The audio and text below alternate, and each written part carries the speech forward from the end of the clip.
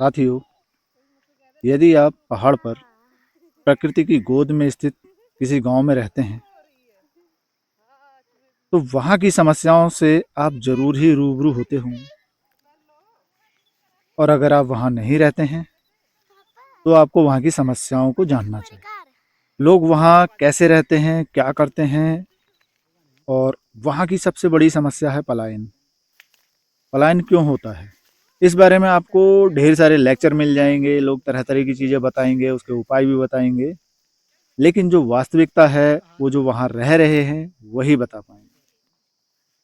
तो आज मैं ऐसे ही एक घर में भ्रमण करने जा रहा हूँ। यहाँ एक भाई साहब रहते हैं जो खुद पलायन का कई बार मूड बना चुके हैं, लेकिन उनकी माताजी और छोटे बच्चों की वजह से वो कहीं ना कहीं इस दुविधा में रहते हैं कि हम जाएं या ना जाएं। चलिए दिखाते हैं आपको, आप भी देखिएगा क्या समस्या है, कैसा क्या है। नमस्कार साथियों, स्वागत है आपका इस वीडियो में। ये यहाँ का स्टेट हाईवे है और ये सामने घाटी का दृश्य।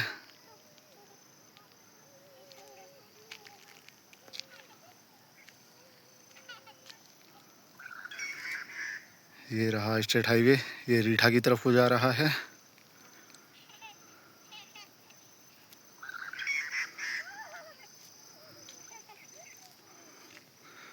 और इधर ये स्टेट हाईवे टनकपुर की तरफ जा रहा है। हम ऊपर गांव में घूमने जा रहे हैं। ये रहा हमारा हाईवे, ये यहाँ का स्थानीय रास्ता है। देखिएगा कितना स्पेशल रास्ता है।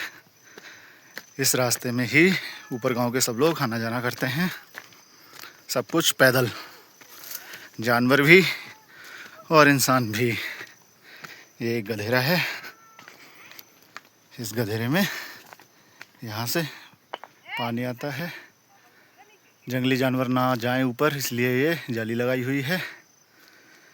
ये रास्ता आगे को बढ़ते हैं।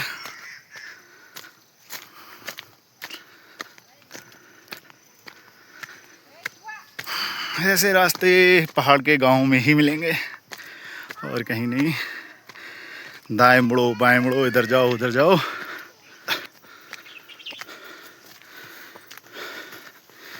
ये रहा ऊपर गांव का रास्ता। चढ़ते चढ़ते सांस फूल गई। अभी पता नहीं कितना ऊपर। ये देखो जाली के बीच में दरवाज़ा साइड जाने के लिए, लेकिन हमें अभी और ऊपर बढ़ना है।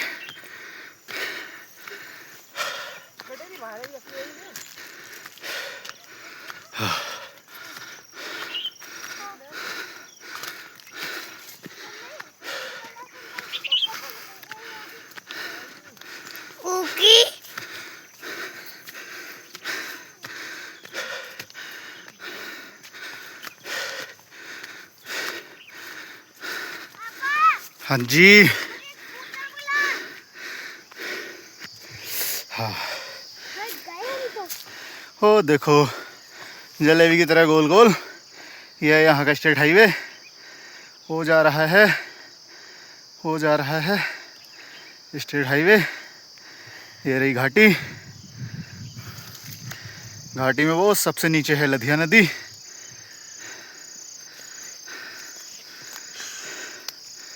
और वो हल्का सा ब्लू कलर का मकान जैसा दिख रहा है, ये दिखा, ये दिखा। यहाँ से चल के आए हैं हम। ये इतना दूर है मकान और अभी हमें बहुत ऊपर जाना है। 15 मिनट हो गए चलते चलते, लगभग आधे घंटे का सफ़र और है।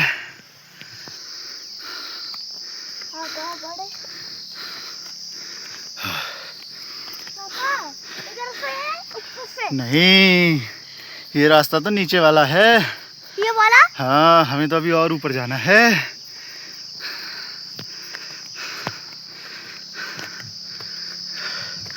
ओ देखो जलेबी बैंड में किसी की बाइक आ रही है। ये दिख रही बाइक?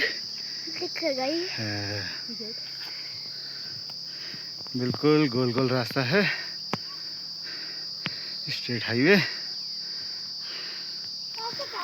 रास्ता इतना खतरनाक है, एक साइड ऊंचा पहाड़, ये रास्ता, हाँ जी, और इधर एकदम खाई, और ये कुली की झाड़ियाँ। जरा भी धोखा हुआ, फिसल गए तो समझो गए नीचे। हाँ, ये देखो खड़ी चढ़ाई बिल्कुल। और अब हम आगे पहुंचने वाले हैं एक गधेरे पे, एक गांव का गधेरा, यहाँ से पानी आता है नीचे को।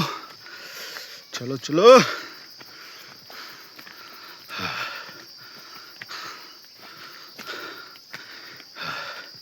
ये देखो गधेरा।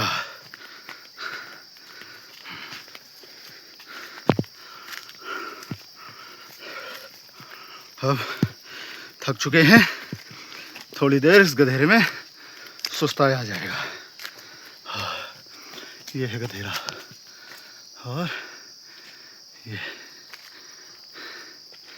बरसात का पानी जाता है यहाँ से नीचे को। पानी कहाँ गया? बरसात में इस रास्ते से हम आ रहे हैं, और अब हमें इस रास्ते से ऊपर गांव में बढ़ना है। लेकिन पानी कहाँ चले गया? पानी तो बरसात में आता है, आजकल थोड़ी आता है।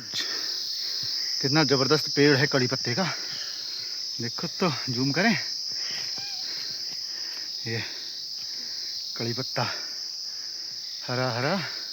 कहाँ गया कड़ी पत्ता? इतना बड़ा पेड़ है,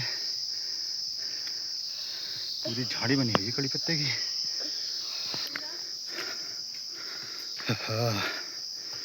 ये जो मिट्टी खुदी हुई है, हाँ जी, मम्मी शॉर्टकट में चले गए। कोई नहीं, ये जो मिट्टी खुदी हुई है ये जंगली सुअरों ने खोदी है, जंगली सुअर खोदते हैं इसको। ये देखो गधेरे के अंदर थोड़ा थोड़ा पानी आ रहा है गांव से। ये रहा गधेरा सा जो नीचे जा रहा था अभी, ये थोड़ा बहुत पानी है, कुछ दिन में ये भी सूख जाएगा। और आगे ये रास्ता और आगे को जा रहा है, लेकिन हमें इधर नहीं जाना है, ये पार करके इधर से घूम घाम के और ऊपर को, हमें ऊपर नहीं जाना है, हमें जाना है इधर गांव में। तो ये रहा अब हमारा रास्ता। हा हा हा हा हा हा हा हा हा। चलो अपने रास्ते में, जंगल का रास्ता एकदम शांत, प्रकृति की गोद में। जैसे शांति के लिए लोग परेशान होते हैं, दिन में भी झिंगुर बोल रहा है, आवाजें आ रही होंगी, चू चू चू टी टी, झिंगुर बोल रहे हैं।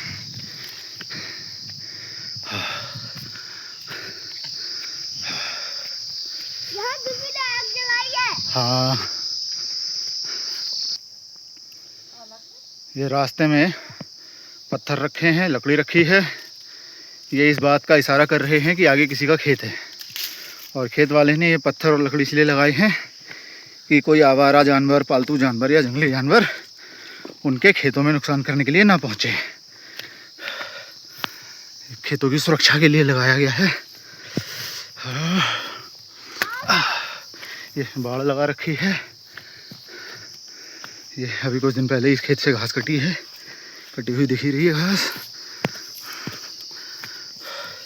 ये घास खड़ी भी है खेत में इसमें।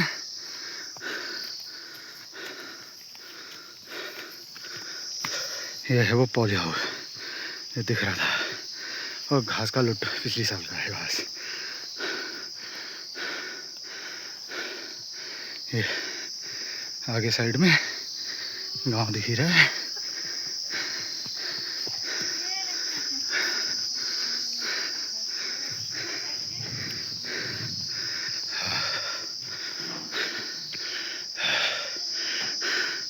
पहुंच गए साहब, थक थक आके। नमस्कार कैलाश, नमस्कार।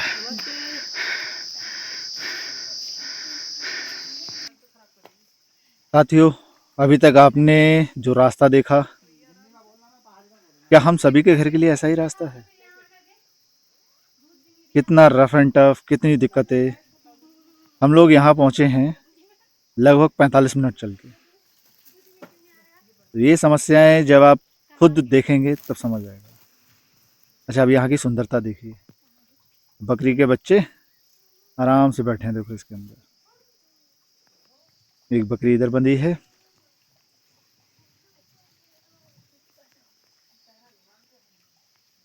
सामने ये नल से देखो पानी टप टप टप टपक रहा है, ये इनका पेयजल है। और ये इनका एक पुराना घर है, पत्थर की पटाल वाला, पत्थर की दीवारों वाला। इसके अंदर चलते हैं और देखते हैं ये अंदर से कैसा दिखता है। अभी मैं ये बाहर से दिखा रहा हूँ, ये भाई साहब हैं, पीछे सोलर लाइट लगी है देखो। तो जो आधारभूत सुविधाएं हैं वो तो मौजूद हैं, फिर भी यहाँ समस्याएं हैं। अभी तक आप रोड देख के काफ़ी समस्याएं समझ चुके होंगे कि अगर ये लोग बीमार हो जाएं तो कैसे कहाँ जाएंगे, क्या करेंगे।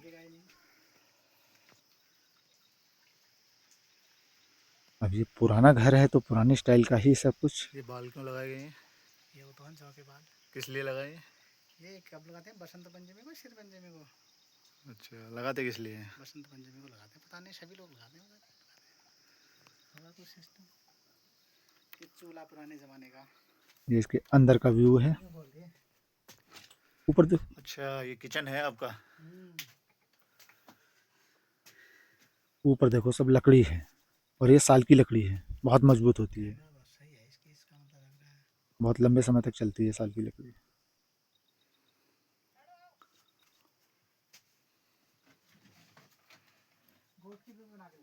ये घर गर्मियों में ठंडे और सर्दियों में गर्म रहते हैं, क्योंकि इनकी दीवारें लगभग 2-2.5 फीट मोटी पत्थर की और मिट्टी की बनी हुई होती हैं, कोई कंक्रीट नहीं है इसमें।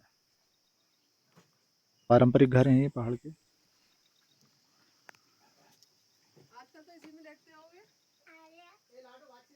धुएं से सब काली हो रखी लकड़ी। इस पर 4 फ्लोर थे पहले। ये इसका बाहर साइड से व्यू है। मैंने बोर्ड खोल दिया तो मान ले। खाना तो अंदर ही ले जाते ये इनका गोट है नीचे, हैं। बोर्ड जाओ। देखो पत्थर की दीवार, इतने आराम से चिनाई की गई है। ये देखो गोठ में अंदर गाय बच्छी बंधे हैं।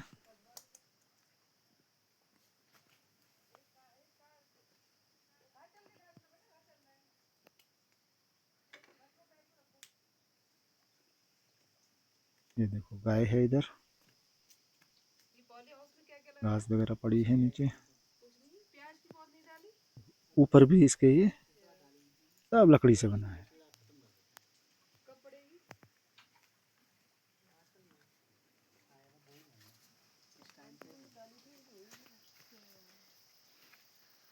ये इसके बाहर साइड का, बगल में एक ये और गोट है जिसमें बकरी वगैरह रखते हैं अपनी। रख दे, कुर्सी पर रख के आओ और एक खा लो, यही रख दो कहीं पत्थर पे। बैठ जली नहीं। यहाँ भी इनकी देखो गाय बंधी है। मान नहीं रहा, बिल्कुल एक एक पीस करके खाते हैं। ये भी छत लकड़ी से बनी है, दीवारें पत्थर की हैं। मैं नहीं खा रहा हूँ बेटा। बाकी छोट छोट सामान रखा है अंदर।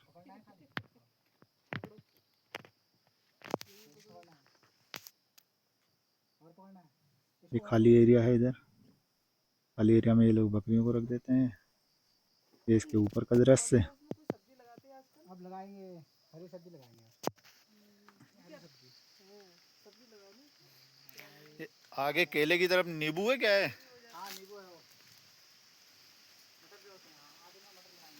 ये इनकी वाटर स्टोरेज फैसिलिटी है, लेकिन आजकल ये सूखा पड़ा है। ये पानी का टैंक है, पानी है ही नहीं, सूखा हुआ है। ये इनका पॉली हाउस, बाकी ये पेड़ वगैरह हैं। अब आगे बढ़ते हैं, आपको दिखाते हैं। ये देखो केले, यहाँ के पहाड़ी केले, और नींबू देखो कितने ज़बरदस्त हैं।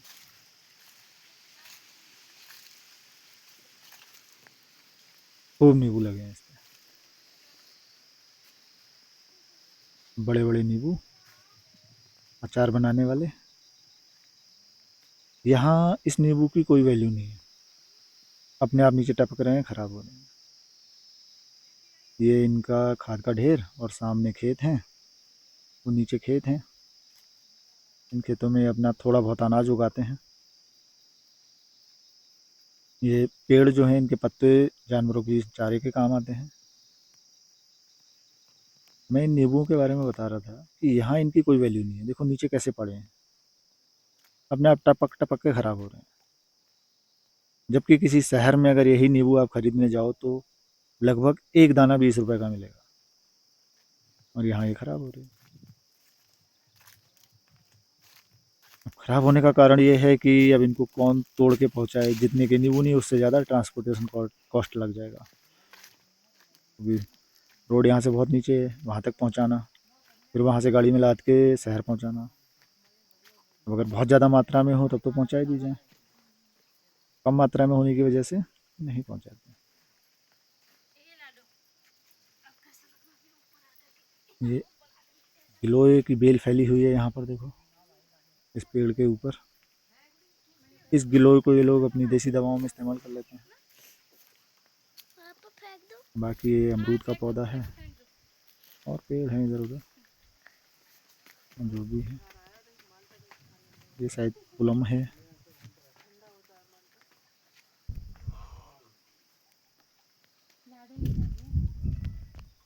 बाकी इनके यहाँ माल्टे संतरे के पौधे भी हैं। उसको तो चट्टे पट्टे हैं। यहाँ जो ये लोग रहते हैं बिल्कुल शांतिपूर्ण लाइफ जीते हैं, कोई भागम भाग नहीं, कुछ नहीं, प्रकृति की गोद में। लेकिन समस्याएं बहुत हैं, आप स्वयं देख रहे होंगे क्या स्थिति है। यह है रीठा का पेड़, और इस पे देखो ढेर सारे रीठा लगे हैं। मैं जूम करके दिखाता हूँ, यह है रीठा। ये रीठा देसी दवाओं में काम आता है, शैम्पू वगैरह बनाने के काम आता है। लोकल में भी थोड़ा बहुत काम में लेते हैं ये। इस घाटी में रीठा खूब होता है, व्यापारी आते हैं और ख़रीद के ले जाते हैं।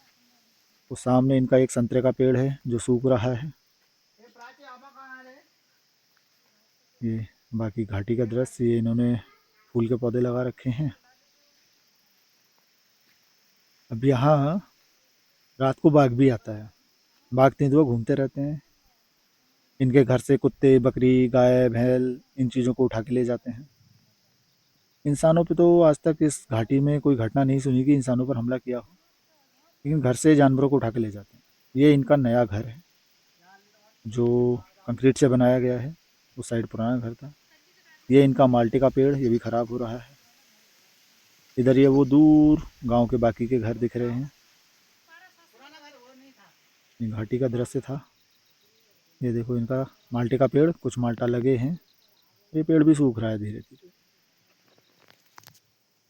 बाकी इधर ये इनकी लौकी, और एक माल्टे का पेड़ यहाँ पर है, इस पे बड़े ज़बरदस्त माल्टा। अभी देखो ये रहा, इस पे लगे हैं खूब माल्टे, बढ़िया बढ़िया। कितने प्यारे माल्टे दिख रहे हैं। यहाँ पर इस घर में ये भाई साहब, इनकी मिसेज, माताजी और 2 बच्चे रहते हैं। माताजी काफ़ी एजेड हैं। भाई साहब के सामने सबसे मेन समस्या है कि हम बच्चों को अच्छी शिक्षा कहाँ दें, क्योंकि यहाँ गांव में एक प्राइमरी विद्यालय है जो इनके घर से लगभग 4-5 किलोमीटर दूर है, और वहाँ मात्र एक स्टाफ है। तो इनके मन मुताबिक वहाँ अच्छी शिक्षा इनके बच्चों को नहीं मिल पाती। तो ये अपने बच्चों को अच्छी शिक्षा देने के कारण यहाँ से अन्यत्र कहीं नज़दीकी शहर में जाकर बसना चाहते हैं। समस्या सबसे बड़ी उसमें ये है कि इनकी माताजी जो काफ़ी एजेड हैं, वो यहाँ के क्लाइमेट में ऐसी ढली हुई हैं कि वो उनको कहीं दूसरी जगह का क्लाइमेट सूट नहीं करता, यानी वो यहीं रहेंगी। तो उनकी सेवा करने के लिए इन लोगों को भी यहाँ रहना पड़ता है। उसके अलावा इनके जो पारिवारिक सदस्य हैं वो सब पहले ही घर से बाहर जा चुके हैं। कुछ लोग दिल्ली में रहते हैं, वहाँ जॉब करते हैं। कुछ लोग अन्यत्र शहर में रहते हैं, वहाँ काम करते हैं। समय समय पर यहाँ आते रहते हैं सबसे मिलने। बाकी इनके भरण पोषण के लिए भी वित्तीय सुविधा और अन्य सामान देते रहते हैं, जिस कारण इनको और कोई समस्या तो नहीं आती। अब जैसे नीचे वो खेत दिख रहे हैं, इन खेतों में ये लोग जो फसल उगाते हैं तो वो बरसात के ऊपर निर्भर करती है। बारिश हुई तो फसल हो जाएगी, बारिश नहीं हुई तो फसल नहीं होगी, क्योंकि सिंचाई का कोई साधन नहीं। अगर इन्होंने फसल पाल भी ली तो यहाँ जंगली जानवर इतने आते हैं, बंदर है, लंगूर है, सुअर है, हिरन है, सब खा जाते हैं। और इनके जो जानवर हैं, बकरी वगैरह, गाय वगैरह, उनको हमेशा बाघ से समस्या रहती है। तो ये अन्य समस्याएं जो हैं उनसे तो ये निपट लेते हैं, जैसे तैसे झेल लेते हैं, लेकिन इनके सामने जो मेन समस्या है वो इनके छोटे बच्चे और इनकी माता जी। तो ये परिवार भी कहीं ना कहीं मुझे ऐसा लगता है कि पलायन के कगार पर खड़ा है। कभी भी ये घर भी सूना हो सकता है। हालांकि भाई साहब काफ़ी मजबूत हैं, अभी तक संभाले हैं सब कुछ, लेकिन उनके सामने बच्चों का भविष्य है। अब उन्हें ये देखना है कि वो इस घर को देखें, इस परिस्थिति को देखें या बच्चों के भविष्य को। बाकी आपने देखा ही था अभी कि हाईवे यहाँ से नीचे है, हम लोगों को यहाँ चढ़ने में लगभग 45 मिनट लगे। यहाँ के जो लोग हैं उनको भी थोड़ा कम समय लग जाएगा, लेकिन आपने जो रास्ता देखा उस हिसाब से आप खुद अनुभव कीजिएगा कि अगर यहाँ कोई गंभीर रूप से बीमार हो गया और चलने फिरने में समर्थ नहीं हुआ तो वो कैसे जाएगा। ये है यहाँ की वास्तविकता। अच्छा, बाकी जो नेचुरल ब्यूटी है वो आपको दिख ही रही है। इस नेचुरल ब्यूटी के लिए, इस सादगी के लिए लोग तरसते हैं, जो यहाँ भरपूर मात्रा में उपलब्ध है। तो जो पर्यटक यहाँ आते हैं उनको ये घाटी लुभाती है, बहुत अच्छी लगती है। यहाँ की ज़िंदगी उन्हें तरोताज़ा कर देती है। लेकिन अगर उन्हीं लोगों को यहाँ रहने के लिए बोल दिया जाए तब उन्हें समझ में आएगा कि वास्तव में दिक्कतें क्या हैं। तो यहाँ लोग जो पलायन करते हैं वो शौक से नहीं करते, मजबूरी है। तो यहाँ के लोग अगर पलायन ना करें तो करें क्या आखिर? सुविधाएं कहाँ से आएंगी इनके लिए, भविष्य कहाँ से बनेगा इनका? गहराई से सोचिएगा इस विषय पे।